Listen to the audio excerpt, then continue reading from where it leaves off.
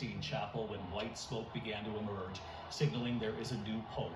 You could hear the cheers that erupted here in St. Peter's Square, that message then confirmed by the ringing of the bells here at St. Peter's Basilica, echoing across the city of Rome. Tens of thousands in the square cheering, thousands more getting alerts on their phones that there was a new pope. They began running to the square. Many got here in time, the square overflowing. A little more than an hour later, a cardinal appearing, delivering the message everyone was waiting to hear. Habemus Papam. Habemus Papam, we have a pope. And then the moment the pope was revealed, Cardinal Prevost, born in Chicago, who studied at Villanova, then joining the priesthood, becoming a missionary in Peru. At 69, he is considered young to be a pope, Italian media calling him the least American of the American cardinals. In the crowd below, American flags begin waving there, people from all over the world celebrating as he waved to them.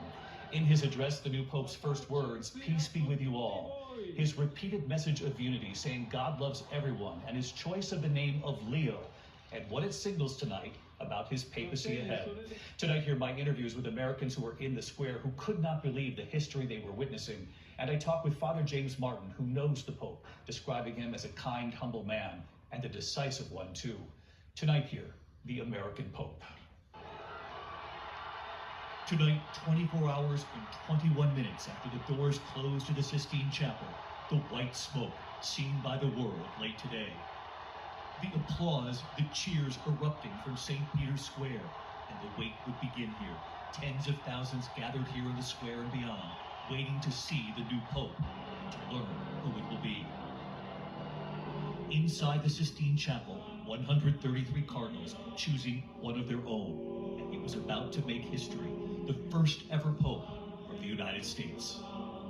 Good afternoon, live from the Vatican. We're coming back on the air because there is smoke again coming from the chimney. Let's go right to the live picture, the swell of applause from the square right here, St. Peter's Square, obviously. And you can see right there would appear to be a white smoke, which would be an extraordinary development here in Vatican City. The white smoke coming after the fourth ballot, the anticipation growing here. Some running to the square after alerts on their phones, trying to find a place. Already overflowing St. Peter's Square, the bells ringing out. While inside the Sistine Chapel, he is asked, "Do you accept your election as Supreme Pontiff?" The moment he said yes, he became Pope. And he was asked, "By what name do you wish to be called?" It's believed he was then brought to the Room of Tears, where he chose a cassock from several hanging in that room. And as tens of thousands waited in St. Peter's Square, and millions waited watching from all over the world, Cardinal Protodeacon Dominique Momberti of France, walking out onto that balcony and declaring, "Habemus Papam, we have a Pope." Habemus Papam. And then delivering his name. Dominum Robertum Franciscum, Sancte Romane Ecclesiae, Cardinalem Prevost. Cardinal Robert Prevost, and revealing he has chosen a name. Leonem Decimum Quartum. He will be known as Pope Leo XIV, the crowd chanting Leo. Born in Chicago in 1955, he is 69 years old, considered young compared to recent popes. He could lead the church of 1.4 billion Catholics for some time to come. And we have just heard that Robert Francis Prevost of the United States, 69 years old, born in Chicago, has been named the next Pope. There had been so much talk about whether or not there was a slim possibility that there would be an American Pope, one from the United States. He went to college at Villanova,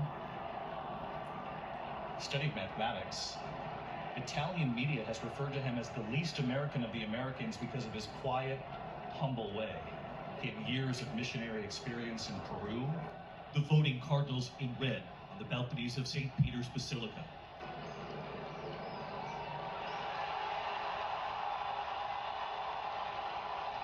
And then we see him, Pope Leo XIV, the first Pope ever from the U.S., on the balcony.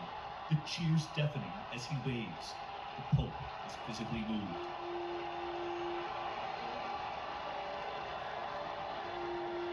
Some in the crowd waving American flags, children in tears their parents' shoulders, but none with their hands in prayer. And then his first words to the faithful as Pope: "Peace be with you all, dearest brothers and sisters." La pace sia con tutti voi. He spoke of Pope Francis blessing Rome and the world that Easter morning, saying, "Allow me to follow up on that same blessing. God loves us. God loves you all." Dio ci vuole bene. Dio vi ama tutti. And evil will not prevail.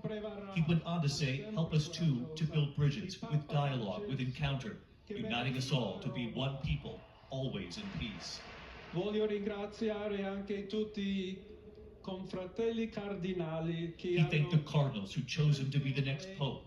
And this was his wish to millions watching, that this be a church that builds bridges, dialogue, always open to receive, like this square, with open arms, all those who need our charity, our presence, and love.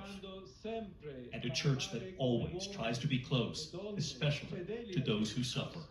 And the new pope, who was born in Chicago, serving the church in the U.S. and in Rome, and in Peru, where Pope Francis sent him. He was a missionary, a priest, a bishop in Chiclayo, Peru, where he helped the poor. And today, he sent a message to the world in choosing to go by Pope Leo XIV.